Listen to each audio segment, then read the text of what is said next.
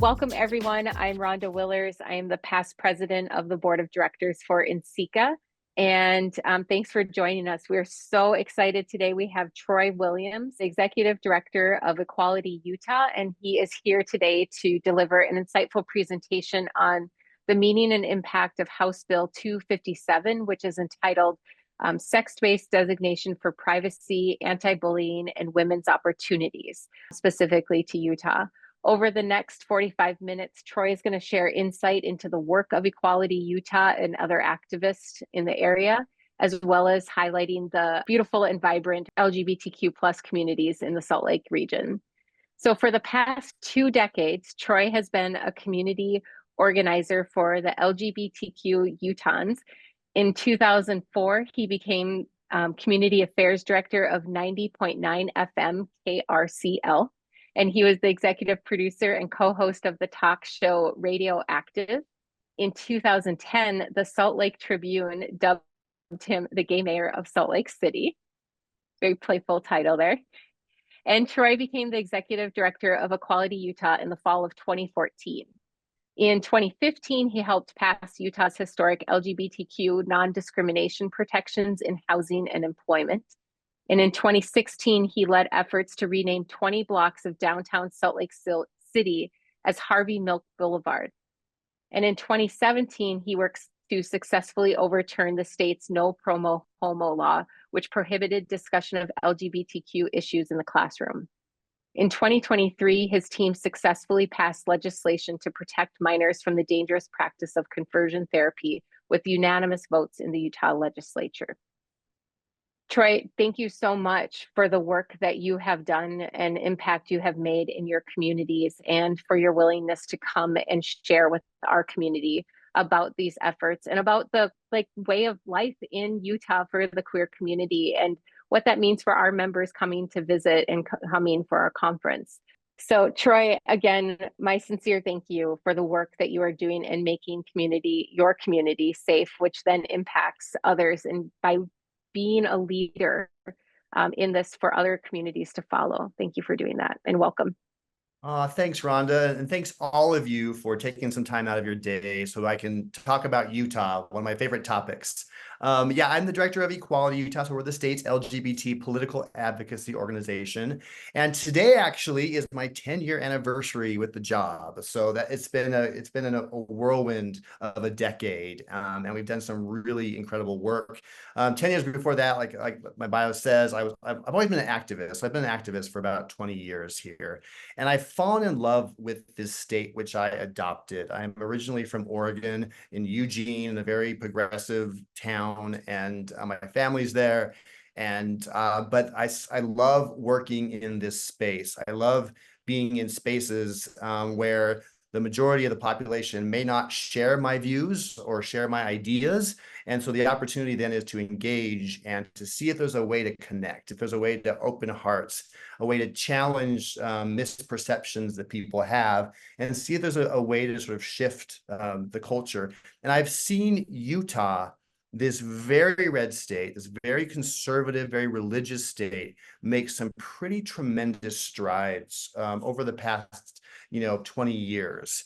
Here's my cute team. This is my staff, and I just have the mightiest team of courageous individuals. So let me jump in and talk to you about the shift in culture. We will get to the bathroom legislation, but I'm going to give you some context for it first. So I want you to sort of look at these two newspaper stories, both from the New York Times, one in 2008 and one in 2022. In 2008, Mormons tipped the scale in a ban on gay marriage. That we've learned in 2007 or so that the LDS Church was instrumental in organizing its membership to help pass Proposition 8 in California. A lot of funds went from Utah into California, a lot of organizing amongst the membership there of Latter-day Saints, and it really shifted things. And it was such a heartache for us all, because that, if you remember back in 2008, it was the year that Barack Obama, first Black president of the United States,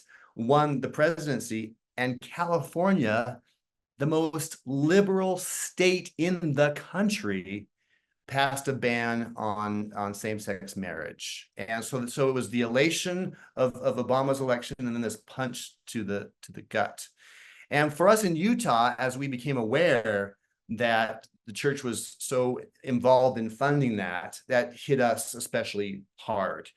But now flash forward to 2022, another New York Times article, Mormon Church backs a bill supporting same-sex marriage.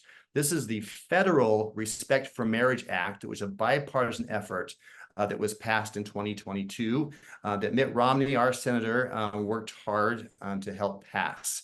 So how on earth did this happen?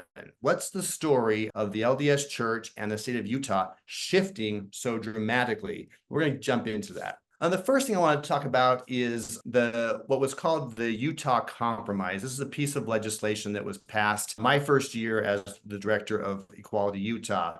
So this was really an attempt to pass a piece of legislation. We tried for about 7 years to pass a law that will protect gay and transgender Utahns from being discriminated against and fired for their sexual orientation or their gender identity, or evicted from their home. So it was protections for sexual orientation, gender identity, housing, and employment. And it also, we worked closely with the conservatives and with the LDS Church to make sure that we balanced religious liberty concerns with LGBT non-discrimination laws and clarified pre-existing protections that the religion already had in state law. This law did not create any new exemptions for religion that would allow religious folks to discriminate against us. But it was a really interesting moment in the history of our state because instead of just fighting all the time, we actually got around the table and started working together and having conversation and entering into really intense dialogue with people who were opposed. The church had been involved in taking away our civil liberties in California.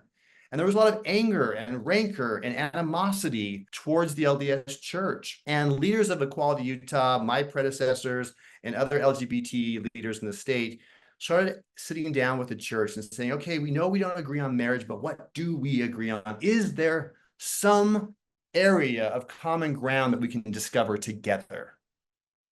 And as we started having dialogue with state leaders and then our governor, Gary Herbert, we realized that we agreed that a person shouldn't be fired from the job or evicted from their home just because they were gay or transgender. And we're like, okay, all right, we agree on that. We feel the same way. So can we work together on this? And we did. And it was this pretty powerful moment 10 years ago to pass this legislation in Utah. Keep in mind, our legislature at any given year is about 85% Republican and about 90% members of the LDS Church. Even the Democrats, top-ranking Democrats, belong to the LDS Church in the legislature. So moving a pro-LGBT bill through that body was quite the feat. And it happened by sitting down and having dialogue with folks and being willing to see the humanity of people with whom we had really strong disagreements. And it created such a sense of goodwill that when we finally got to yes with everybody, it was a momentous day when the bill passed. It was the first time in our country's history when a pro-LGBT bill passed through a Republican-controlled legislature, signed by a Republican governor. Huge for us. But what it allowed us to do, it created a kind of architecture of collaboration that helped us in subsequent years. So after this, I'll let you see what happened next. 2015, we passed the non-discrimination law. 2017, we repealed our Don't Say Gay curriculum law. This was a law on the books for 20 years that prohibited public school teachers from even talking about LGBT issues in the classroom. And the legislature almost unanimously repealed this law. You've seen this Don't Say Gay laws pop up like in Florida and other states. We took care of it in 2017. In 2019, we were successful in passing an LGBTQ inclusive hate crimes law, which also included protections for women, for people of different ethnicities, different religions, etc., and the traditional enumerated protections. It took a few years, but we finally reached a point just last year where we were able to codify a ban on conversion therapy for minors. This is that odious practice of trying to take a gay person and turning them straight with some really dubious and dangerous therapeutic practices that have all been discredited. And the remarkable thing about this is every single member of the Utah legislature voted to ban conversion therapy in Utah. First red state to do it, and the first state in the country to unanimously do it. That's kind of shocking, I know, to a lot of people, like, how on earth did you do that? And for us, it's not something that happens overnight. It is the process that goes back decades of reaching out across the aisle, reaching out to people who don't agree with us, and sitting down and having really intense conversations and really being vulnerable and opening our hearts up. And it is risky to do, but it's paid off in some pretty significant ways here in our state. I want to talk about how all of this collaboration has impacted public sentiment here in Utah. Here's two stories. March of this year, one is from KSL, which is the Mormon-owned news station, and the Washington Post. Support for LGBT protections. It's more about politics than population. So what we discovered is that there is a Public Religion Research Institute, PRRI. They track data on social trends, on controversial topics all across the country. What are states' thoughts on abortion, on gun control, LGBT issues, etc.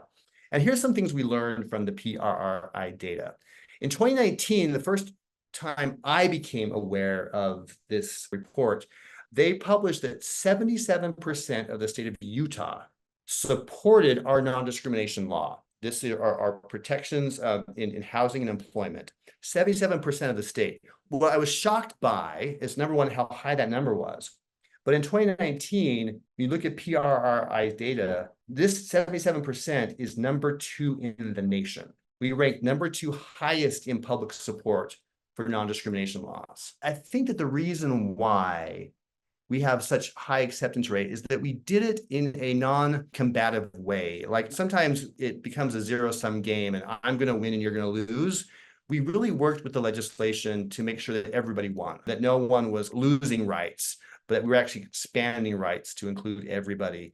And that won the kind of population in Utah over. But when this data came out, I was like, wow, this is really cool, but is it an outlier? You know, how will this look next year? Well, a couple of years later, the rates went up to 80% of public support in Utah for non-discrimination protections. 2023, the data just came out. What the Washington Post was referencing, 86% of the state supports non-discrimination protections for our community. So that number has only continued to climb as we've been successful at passing more pieces of legislation with our common ground ethos, with this idea that it's not us versus them, it's all us. We're all working together. We're all respecting the humanity of everybody. So this is from the Washington Post. It says, notice what happened if we color each state by the 2020 presidential vote. Now you see that most of the states towards the top are in favor of protections. And these are the blue states that voted for President Biden. Most at the bottom are red, who voted for Trump. States that voted more heavily for Biden and Utah are more supportive of protection. So you can see up here where Hawaii, about tied with Connecticut, a little bit above New Jersey, the people of Utah support these laws and support these protections. So people in the state are actually generally sort of warm toward LGBT issues in a way that other red states are not. The sense that I get when you are out in the streets, walking around Salt Lake City, even in the more conservative pockets of the state, people are kind, people are good. They may have, you know, their religious beliefs, their political beliefs. When you actually engage with people heart to heart, you know, people in this state are pretty warm and welcoming. So this is from a Salt Lake Tribune poll that came out in 2014. And you can see back in 2014, we were split down the middle. 48 were in favor, 48% were opposed. Now let's go back, let's flash forward almost a decade. Let's look at the PRRI data first. We see in 2021 that 56% of the state supported same-sex marriage. Last year, we're up to 65%. And the national average, according to PRRI, is about 67% of the country supports the freedom to marry. Now, this is one data set. Let's look at another data set, this time coming from the LDS-owned Deseret News. This is their newspaper. They published data that showed that 72% of the state favor legal gay marriage. Utah's a culture that's really into marriage and, populating and, replenishing the earth, multiplying, all of that. And so they have strong values around marriage. And in so much that many of them opposed gay marriage a decade ago.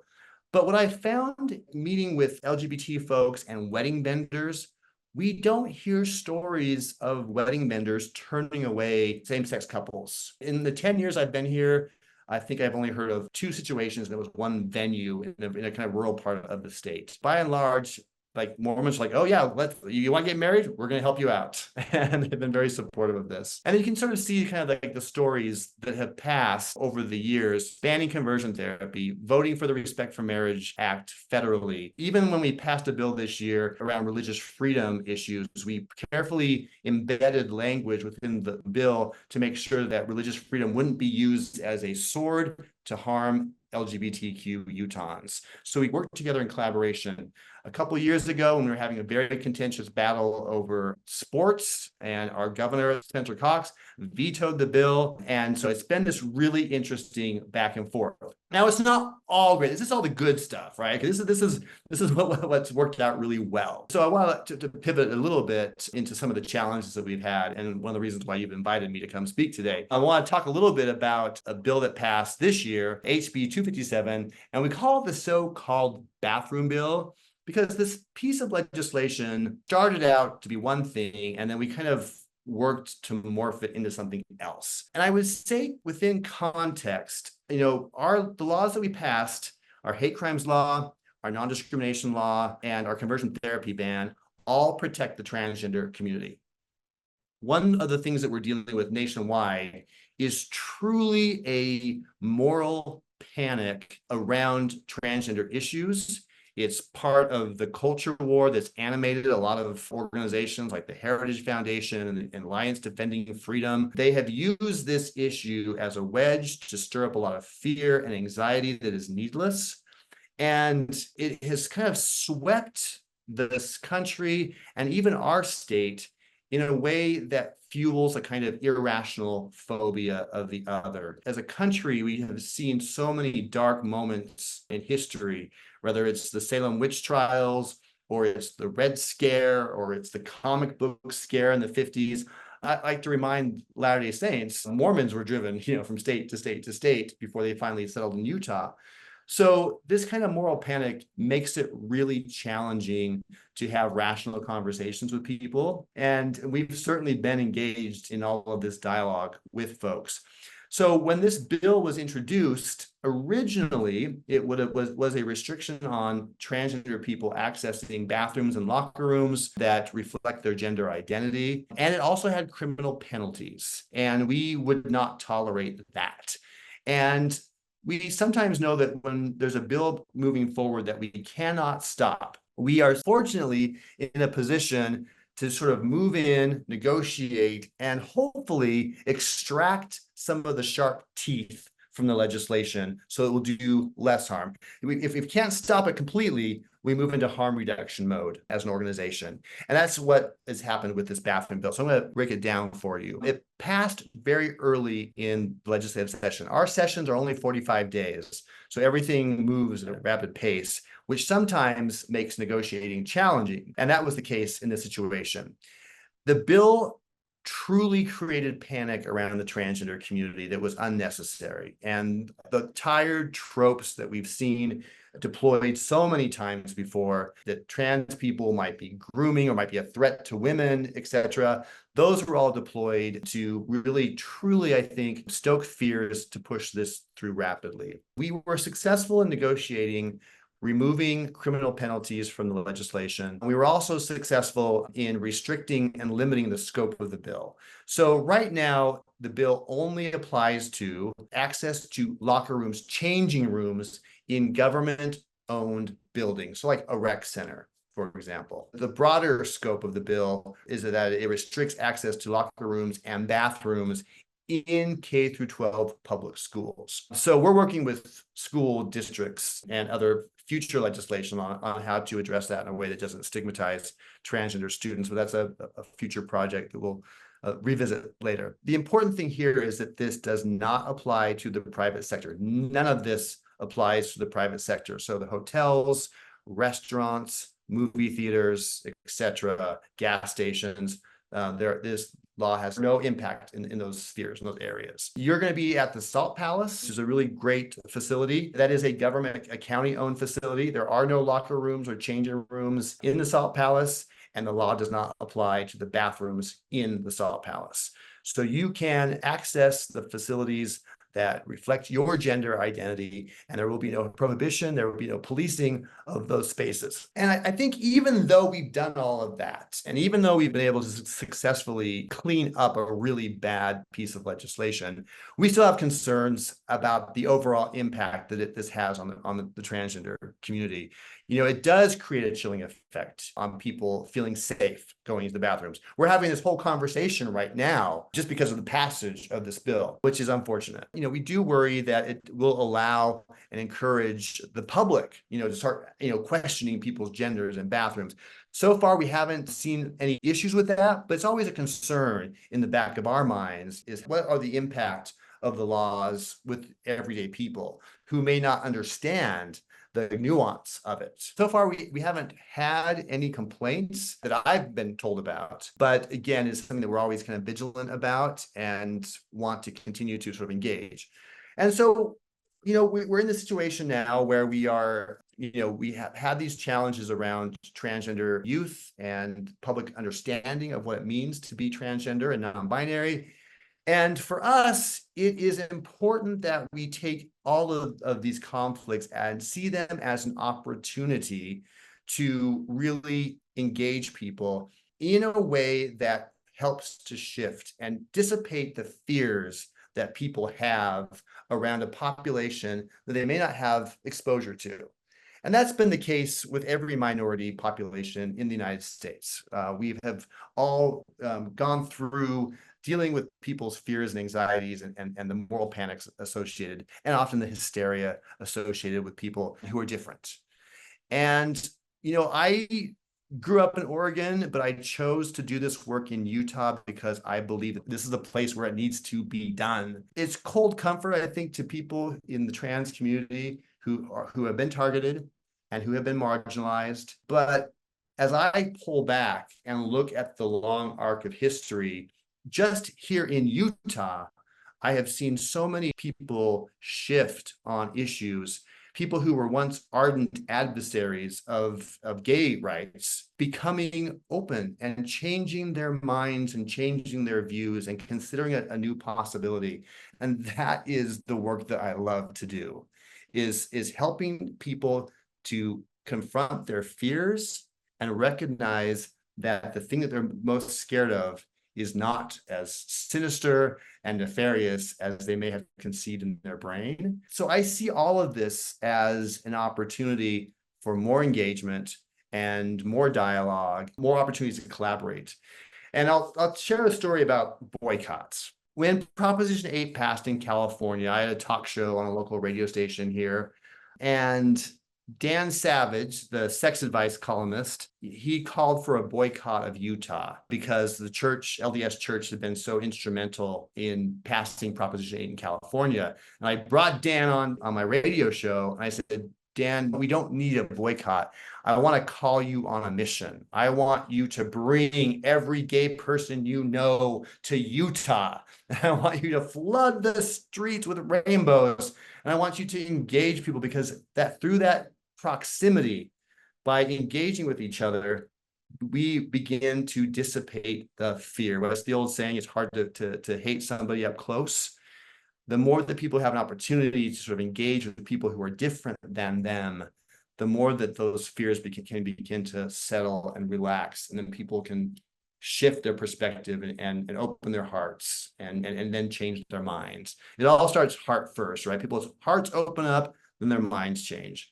And I've seen it happen so much in Utah. I've seen our state go from fighting marriage equality to helping us pass protections for marriage equality on the federal level. I challenge the transgender activists that we work with, to have hope, to not give up, to not have despair, and to not feel like, I never want them to feel like they're alone in this work, that they have to sort of carry this burden on their own. That's why allies are important. And it's why it's so important for you to be here in Utah, coming from all over the country, all over the world, and engaging with people in our capital city, so that people can begin to fear less and love and accept more. So I am thrilled that you're coming. We have the Sundance Film Festival here. We're going to be hosting the Olympics in 2034 again for the second time. And all of that is an invitation to the world to come and meet our state and meet our people. And you are having a positive impact on helping our state become more accepting, more welcoming, just by you coming to be here. The Salt Lake City Council is comprised of 7 people, 7 council members. 5 of them are gay. Okay, so the majority of the Salt Lake City Council belong to the LGBT community. We kind of run this city. Don't tell the Mormons, but truly, we have a political force here in the capital city. We've got 20 blocks of downtown Salt Lake City dedicated to Harvey Milk, the great sort of San Francisco gay rights icon. We're actually moving our office to a facility called the Milk Block, which is a whole block dedicated to Harvey Milk's vision of community building. And it's an unusual state surrounded by these majestic, beautiful mountains. Navigating the city is actually incredibly easy. You can get a train from the airport, which is just 10 minutes from downtown. And the actual downtown proper, our track station and our buses are all free in a certain block radius. Everything you need is walkable. And it's a city that I just love deeply, because I've seen its capacity to grow and expand. I hope you all feel safe coming to Utah. This is going to be a state that you will enjoy, you will feel welcomed, and you'll be able to be your full self. Promise.